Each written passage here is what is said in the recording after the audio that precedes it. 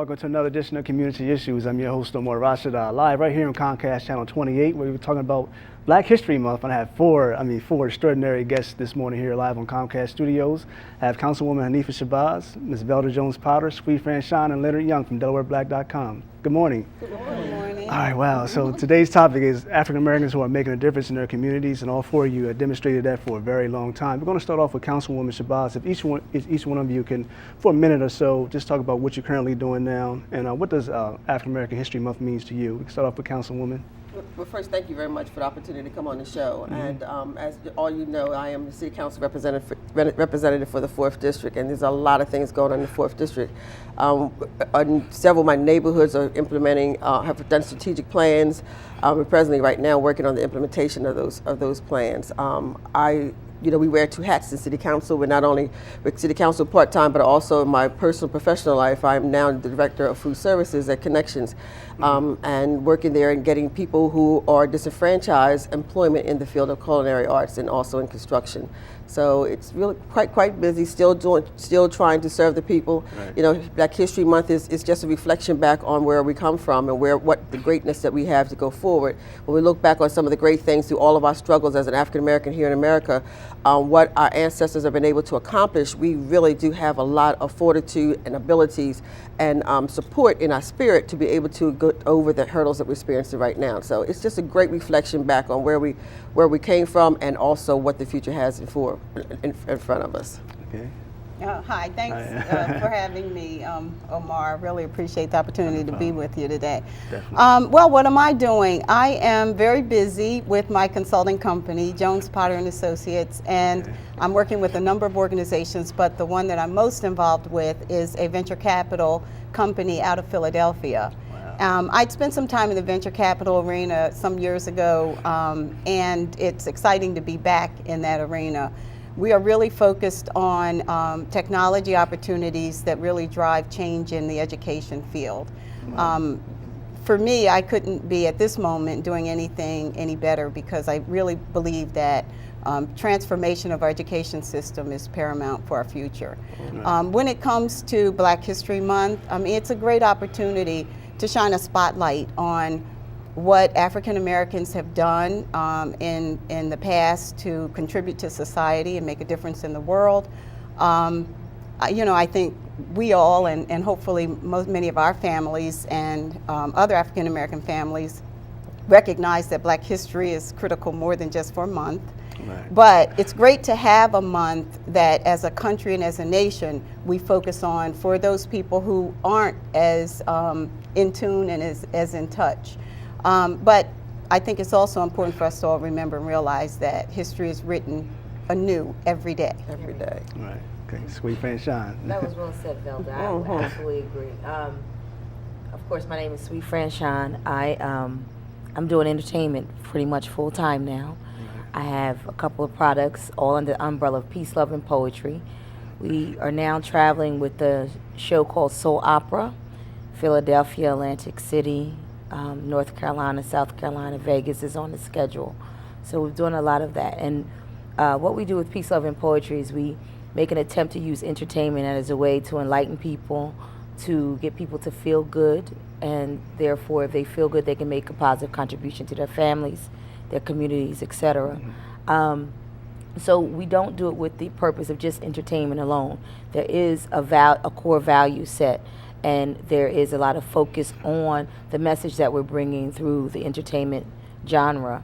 As far as Black History Month, I think that, as Velda said, history is made every day. And every day, as African American people, we should arise with the goal and the focus to make an impact on something or someone, a positive impact on something or someone. Sometimes it's your immediate family, sometimes it's your neighbors, sometimes it's your extended community, and sometimes it's just strangers at large. So I use my purpose through entertainment to touch lives and to make whatever impact that I can, whatever that means for that moment. Okay. Hey, Lynn. Yep. And of course, my name is Leonard Young. My business is DelawareBlack.com. And basically what our business is about is really hopefully showcasing some of the great things that African Americans are doing here in Delaware, you know, the events they're doing, the businesses they have, you know, really just trying to show African Americans in a positive light. Some of the other things that we've been doing is, of course, our Delaware Black Expo coming up. This is our 3rd year doing that. And that really has the same goals of promoting African American products, services, people in the community, you know, people who are doing good things, as well as our Delaware Black Awards, which we did 3 years in a row. We're actually going to bring it back, which pretty much had the same focus. So, you know, I guess when I think about Black history, kind of like Franchon and Velda said, you know, it's something that's happening every day. History is being made every day. And hopefully, through some of the stuff that we do, we can, I guess, capture it in the making, as well as, you know, record it as it happens. So. Okay, I want to focus on Councilwoman Hanifa Shabazz and Ms. Potter for a second. Ms. Potter, you are the first African-American female to receive an engineering degree from the University of Delaware, and you're the first African-American period to run a statewide position. That's history here on a local level. So how do you feel about that, being the first?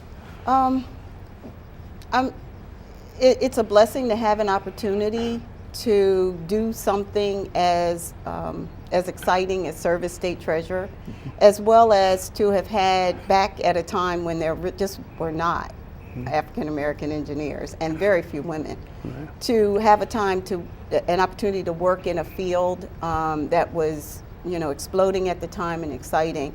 I think what gives me the most pride about it is to see what's happened since, because it is so much more about who comes behind you than the fact that you happen to be the first one to get there. And so when I go back to University of Delaware and I see, in fact, I went back, well, I'm back there often, but I had an opportunity to talk with a group a little over a year ago, and it was the Society of Minority Engineers. There was no such thing when I was there. There were 5 of us, 5, who came into the university at the time. And so there were like 75 brown people in that room, young people, energetic, studying engineering. So to think that I had a part in blazing the way for that just feels really, really great. That's great. And Councilwoman, Leonard talked about DelawareBlack.com, which is a media outlet. You know, many people may or may not be aware. You actually have the African Drumbeat newsletter. You know, you can talk about that a little bit. And also, you and your husband used to sponsor, or your ex-husband used to sponsor the African Parade. I mean, that was awesome, African Festival. For those who may be 5, 6, 10 years old, maybe not know that they even existed, if you could talk about the Drumbeat magazine for a second, as well as the African Festival. Well, I'll start with the African Festival. That was the longest venture.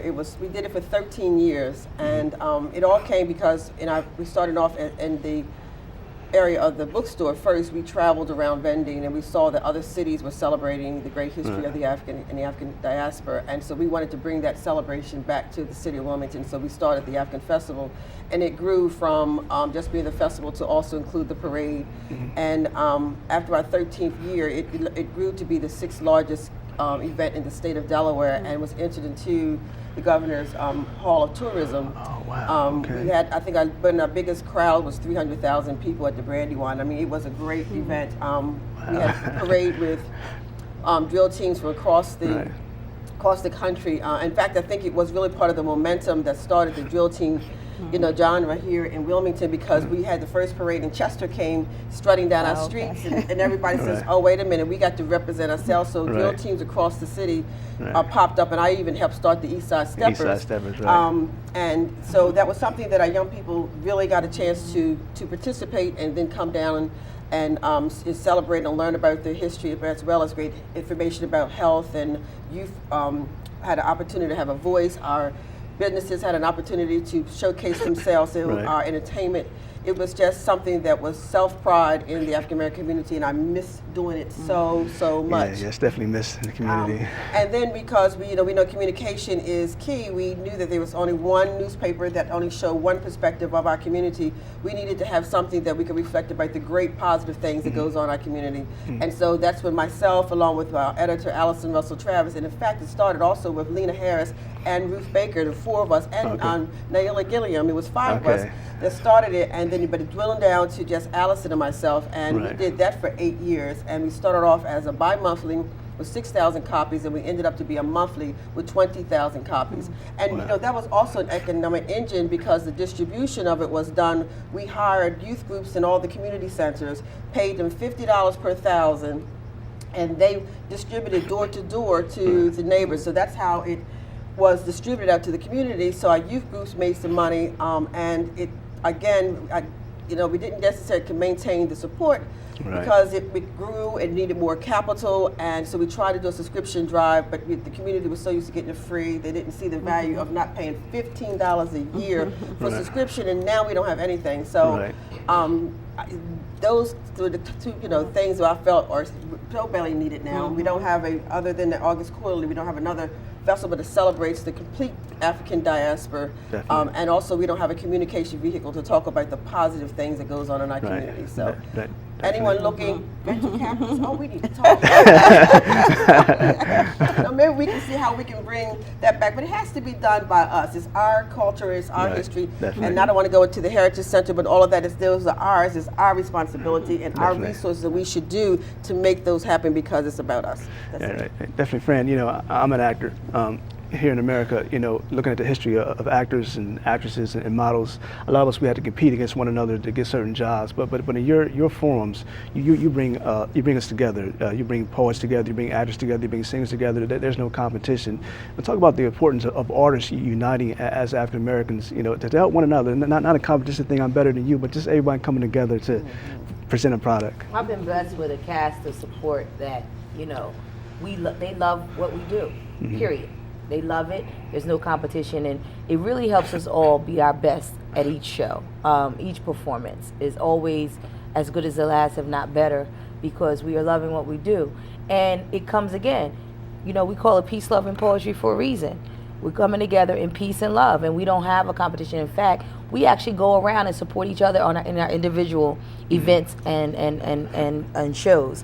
You will often find if Kim Pender-Gardner is having a show where she's doing the Phyllis Hyman tribute, we'll all show up. You know, it's at least 20 of us are going to be there.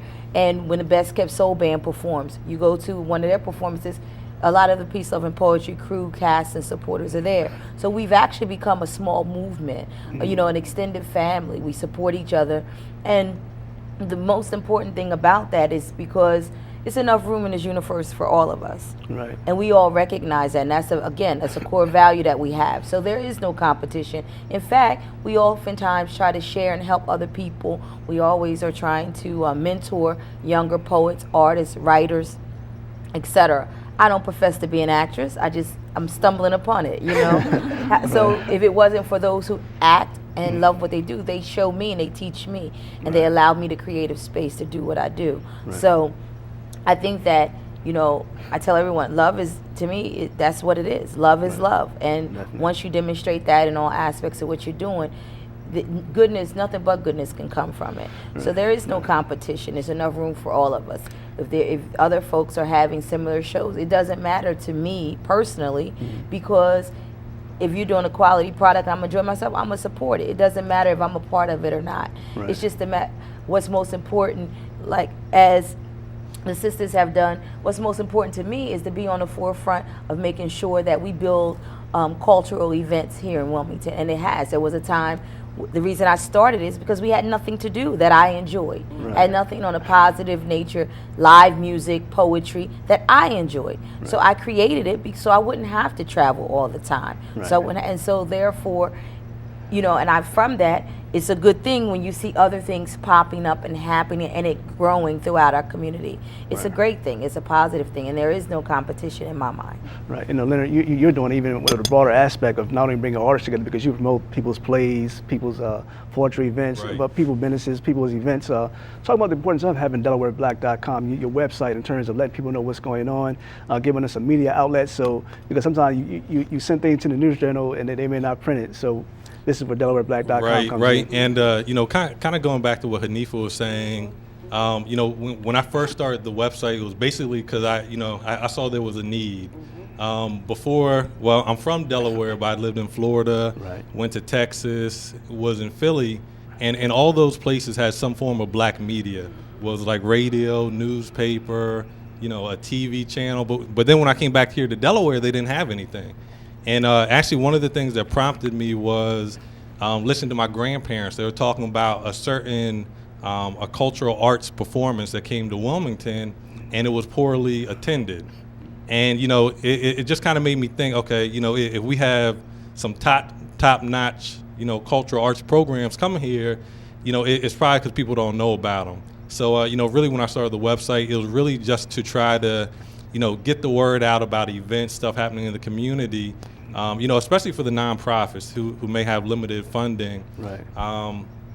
Going on to the second note, I definitely agree. One of the things I noticed was that there's a lot going on in the African American community, a lot of positivity, a lot of people doing good things. But when you look at the TV, radio, newspaper, a majority of what you hear is about, the killings, drugs, violence. So what I wanted to do is provide a forum where, and we still have it now, if anyone has any positive news to say or, press releases, right. We post press releases on our site for free. So if someone, the news journal may not pick it up, the TV may not pick it up, the radio may not pick it up, but we'll post it on our website. Right. All four of you have a great family. Leonard, your father, I had him on several times. Your grandfather, Franchon, your daughter, she's an entrepreneur like you are. Of course, your husband and your two sons. Matter of fact, I think one of your sons has an insurance business, and then your two sisters are business owners as well. How important is it for us to keep that strong, positive family dynamics? Starting with grandmom and grandpop and great grandmom and great grandpop started, and just continue the positives of having a family business, living a positive life. Anybody? Speak on it. Well, the family is the foundation of everything. I don't think any of us would be able to do what we do if we didn't have that family support. Mm-hmm. And it's just like to keep the whole concept of our future going, you have to pass back what you have and hope that that next generation does it better than you did it. Mm-hmm. So having, my children were raised behind the counter. As we said, and they understand what it takes to be a business person, and right. they now have a skill that no matter what, if they can't go out into Main Street and get a job, they have a skill and they know the value of being a good employer, mm-hmm. and also they know what it takes to run a business of their own, and will always be able to do something to make money to take care of themselves and their family. Mm-hmm. So I think the teaching and passing on entrepreneurship, of citizenry, of community service is something that's what we need to embed into our young people so right. that they could be good contributors to society. All right. Anyone else? Well, of course, family is critical and essential, and it's core. But I think what has been very important and central to me, and a common theme that I've heard among everyone up here, really speaks to the kinds of values and principles that are behind, what we do and how we go about doing what we do. Franchon talked about the love and the peace behind it.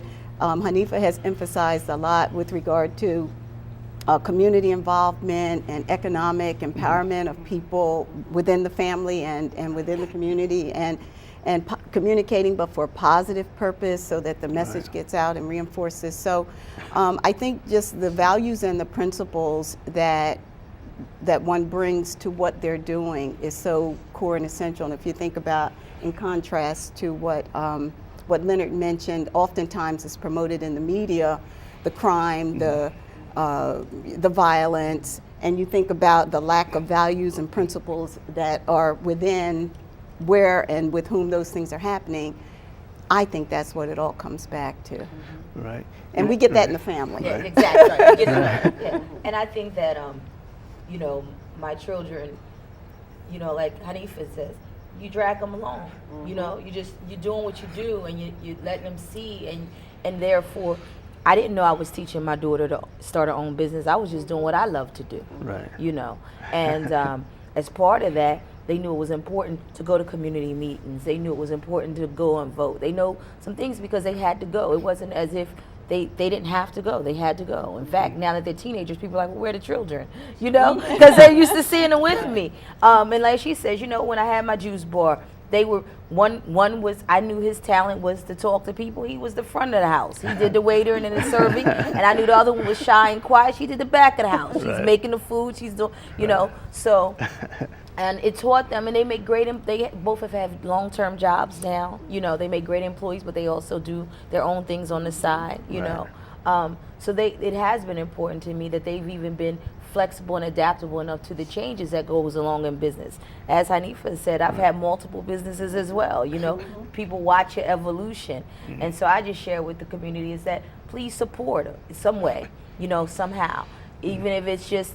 You know, I would prefer that everybody spend $20 a weekend in Zyngas. I would prefer to do it myself, but at least try to make it your first option to check out an African American insurance broker, to check out an African American website, to give us a chance, and don't go with those cliches. Well, you know what happens when we deal with our people. You know, don't fall privy to the cliches. Just listen, give it a chance. And do it as you would any other business. Give them feedback. Tell them what you would like to see improved or different if that be the case. But give us a chance. Right. You know, make us a first option.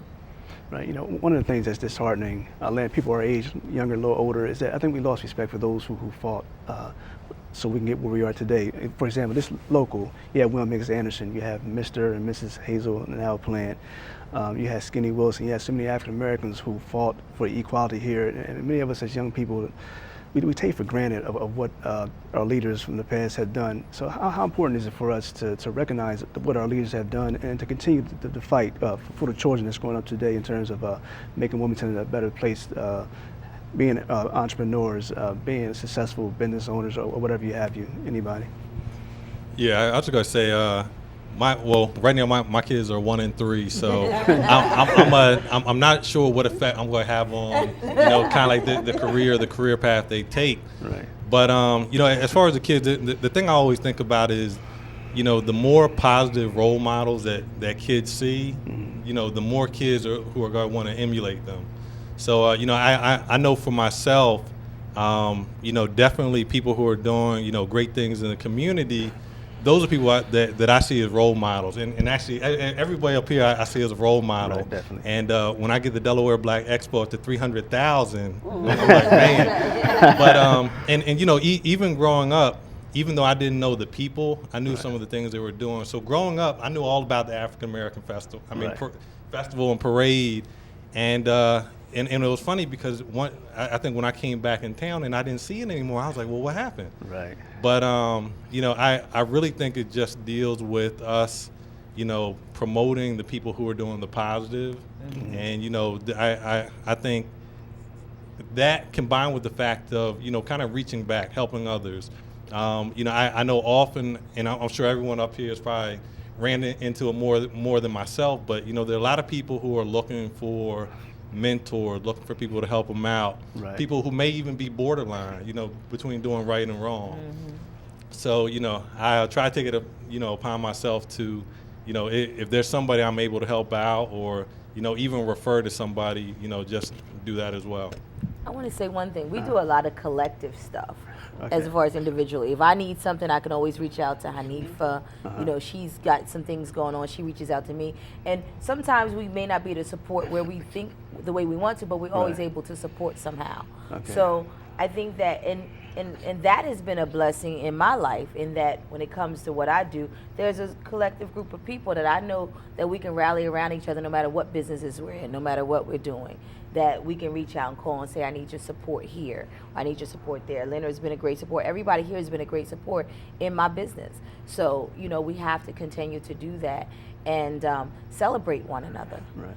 Okay, 30 seconds for each, ladies. Well, one of the things I wanted to say too was, you know, the key buzzword right now is economic development in the community. And economic development starts with, you know, pooling our resources together. And so one thing about in the African American community, the dollar doesn't even turn over before it goes back outside of the community. So, you know, you always say we're supporting businesses, but you're really not supporting it. You're getting a return, a product. If I come into my business or you go to any business, you get a product back for the money that you pay. So all we're asking is just to pool our resources and coming together into that's how economic development is going to start, because we're going to end up hiring those children that others are not going to hire. We're going to hire that single mother down the street. So the economic development has to start collectively when we pool our resources and then support each other's ventures, and also sometimes bartering. Yes, true. I'm ready to barter with you. We're going to talk about that. You know, it's bartering because it's always about exchange of Exactly. cash. And one thing about the example, you know, I'm a student of Honorable Elijah Muhammad. He teaches us to be an example of what it looks like. So we have to be responsible about how our actions are and how we're perceived, not just in our professional, but in our everyday life and our family situations, so others watching us could mimic what we do and therefore get the same type of success. Thank you. Okay, Councilman, 30 seconds. Well, you know, I guess I would just really love to see something in our community that allows our young people to, in a frankly a structured and systematic way, because so many other cultures have it, and I just sense we don't. That allows our young people to know our history, to develop the kind of values and morals and be exposed to, you know, all those positive things. I think about Kwanzaa and the celebration of Kwanzaa that as a community we just have not embraced, and I think about how much our families and our young people could gain from exposure to those 7 principles. And Glenn, real quick, Black Expo, when and where? Yep, the 2012 Delaware Black Expo Extravaganza weekend is going to be April 19th to the 22nd at the downtown Doubletree. A lot of free events, some paid events. We're doing some partnership events with Black Butterfly Enterprises, and you can check us out at DelawareBlackExpo.com. Okay. On that note, we got to end the day's program. This is one time I wish I had an hour. Okay. Well, I'll be back in 2 weeks for part 2, celebrating African Americans making a difference in their communities. My special guests will include Bubba Kamal Parks and the River of Light pastor Kim Davis. See you next time. All right, thank you. Thank you.